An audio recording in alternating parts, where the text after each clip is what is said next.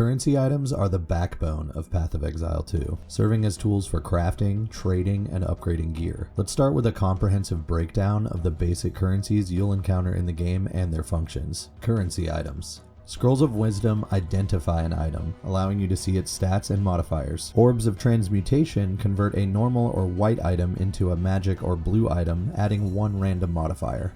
An Orb of Augmentation will add an explicit modifier to a magic or blue item, providing there is space for one. An Orb of Alchemy will upgrade a normal or white item into a rare or yellow item with up to 4 modifiers. An Orb of Chance has a chance to upgrade a normal or white item into a unique or destroy the item if it fails.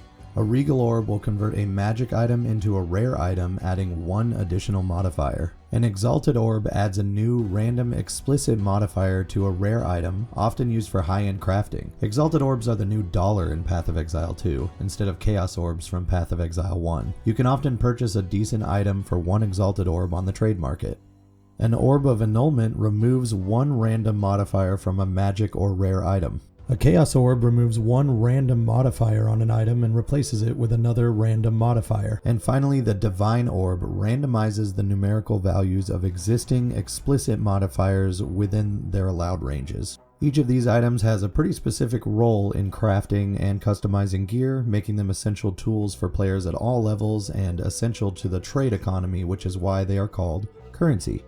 Now, sometimes in the game you will not get the whole currency, you will get a shard of currency. Shards are fragments of currency items which can be combined into full currencies. They are obtained by disenchanting items or as random drops. For example, you can combine 10 chance shards to create an Orb of Chance, or 10 regal shards will create a regal orb. Moving on to some advanced currencies. Advanced currencies allow for more targeted crafting approaches and customization. We have essences in 2 tiers. We have regular essences, which upgrade a normal item to magic with a guaranteed affix, such as life or cold damage. And then we have greater essences, which upgrade magic into rare and retain the guaranteed affix listed. And then we have catalysts, which are specifically found in breaches. These add quality to jewelry, increasing specific modifiers. Next up, we have omens, found during ritual encounters. These are meta crafting items that influence how crafting orbs interact with your gear. You use them by keeping them in your inventory and right-clicking to activate them. Then you craft your gear with other currency to consume the omen. For example, the Omen of Dextral Annulment ensures your next Orb of Annulment removes a suffix modifier.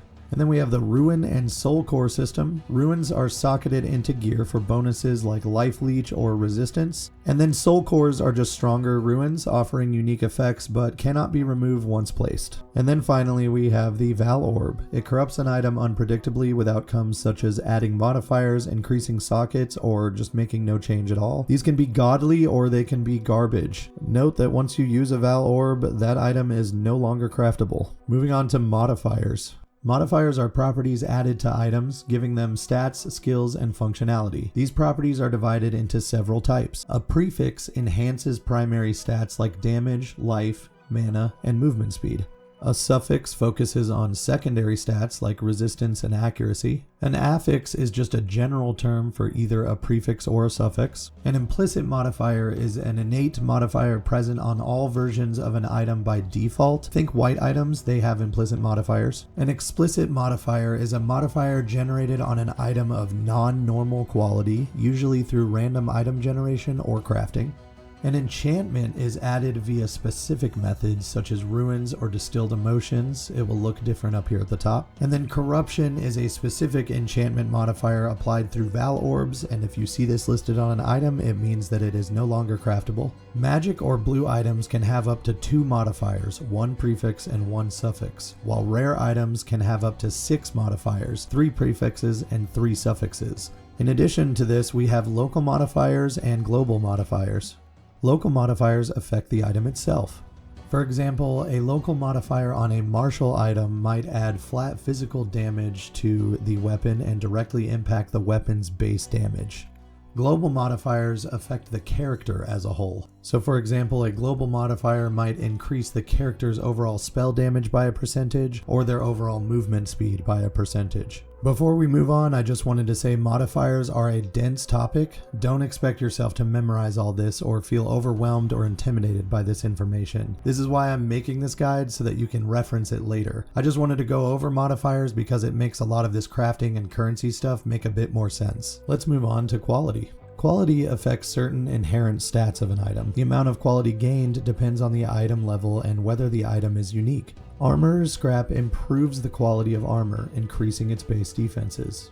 Blacksmith's whetstones improves the quality of martial weapons, increasing base physical damage. Note that this is only usable on martial weapons. You can't use them on wands and things like that.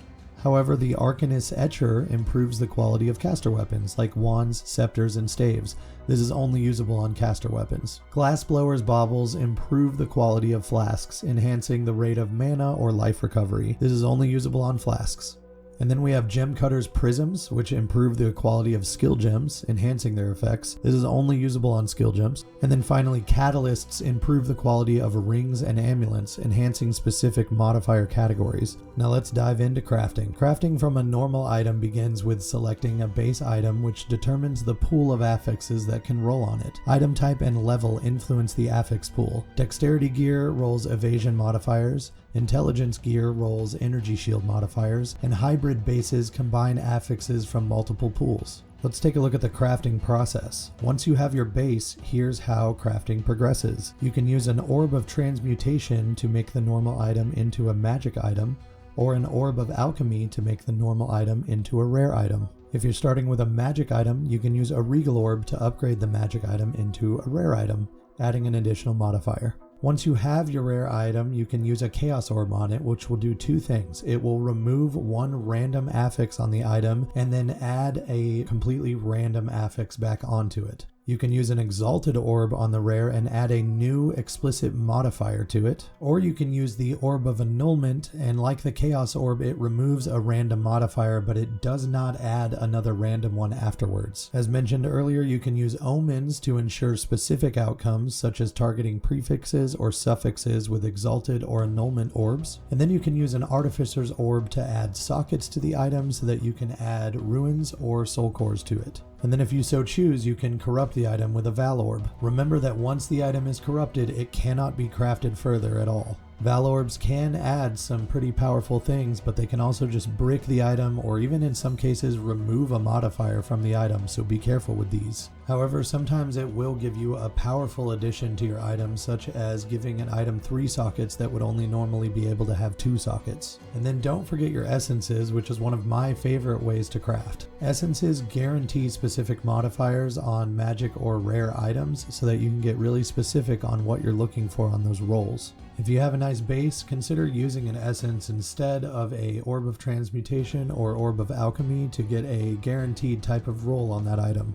And that pretty much wraps up my coverage of crafting and currency in Path of Exile 2. I hope you guys found this useful. I did want to say that one thing that I think Path of Exile blows other modern ARPGs out of the water with is how interesting items stay regardless of their rarity. Because of crafting and the currency system, white, blue, and yellow items stay relevant throughout the whole game. I find myself identifying blues throughout most of my playthroughs just to see if I can find a good starting point for crafting. As far as ARPGs go, I think Path of Exile has mastered the item system. Last thing I want to touch on here is just an update for the channel itself. I want to thank all of you for all of the support so far. I have over 100 subscribers already, and I can't believe that we hit that milestone so quickly. The internet can be a mean place, but I have yet to get a mean comment on my videos, and you guys are just so kind to me, and I really appreciate it. Thank you seriously from the bottom of my heart for all of the support. It means so much to me, you have no idea. Moving forward, I think I'm going to just keep making these guides. You guys seem to like them a lot. I've also been streaming live on YouTube, so do pop over there if you see me online and you can ask me any question and I will either try to answer it for you or point you in the right direction. Anyway, I could literally sit here and thank you guys all day, but it's clear that you guys like these guides, so I better start cracking on the next one. I'll see you in the next one, guys.